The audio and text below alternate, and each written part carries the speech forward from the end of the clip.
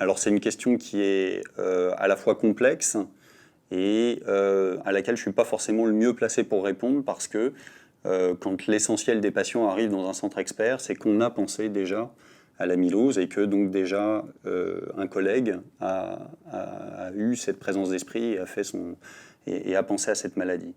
Il n'y a pas de profil type de patient parce que l'amylose cardiaque est une maladie qui atteint dans les formes familiales parfois des gens très jeunes, parfois des gens plus âgés. Ce qu'il faut savoir, c'est que l'essentiel des patients ont quand même plus de 70 ans, en particulier pour les amyloses séniles, et qu'on compte 3 hommes pour une femme dans ce diagnostic-là.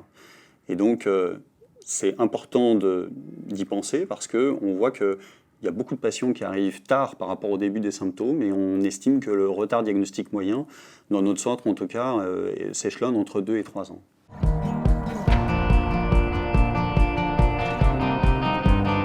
C'est là que le cardiologue prend tout son rôle, parce que vraiment, autant dans la population générale, l'amylose reste une maladie rare, autant il y a des populations spécifiques où la prévalence de la maladie est beaucoup plus importante.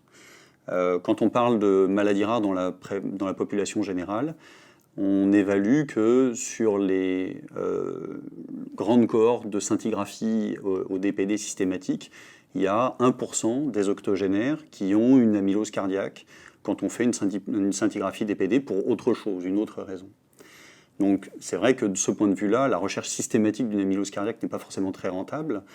Après, effectivement, il y a des situations spécifiques où le taux d'amylose cardiaque est beaucoup plus important. Il y a la recherche d'amylose cardiaque dans les troubles conductifs, où quand les patients ont un stimulateur cardiaque en particulier, avant 70 ans, il faut aller un petit peu plus loin. Il y a l'exploration d'une hypertrophie ventriculaire gauche, en particulier chez les patients qui ont une association d'hypertrophie ventriculaire gauche et une absence d'hypertension artérielle, qui est une cause classique d'hypertrophie ventriculaire gauche qu'on ne retrouve pas chez ces patients-là, où là, le taux d'amylose cardiaque monte à 9%. Il y a les insuffisants cardiaques à fraction d'éjection préservée, où cette fois-ci, on a une prévalence qui tourne autour de 10-13%. Quand on associe les deux, effectivement, c'est encore plus élevé. Et puis, il y a les rétrécissements aortiques avec une présentation spécifique, bas gradient, bas débit, où là, la prévalence de la maladie est estimée, selon les séries, entre 13 et jusqu'à 20%. Et donc, sur ces situations spécifiques, que doivent être connues du cardiologue, là, cette fois-ci, on a des prévalences qui nécessitent d'aller voir plus loin et de faire des investigations complémentaires.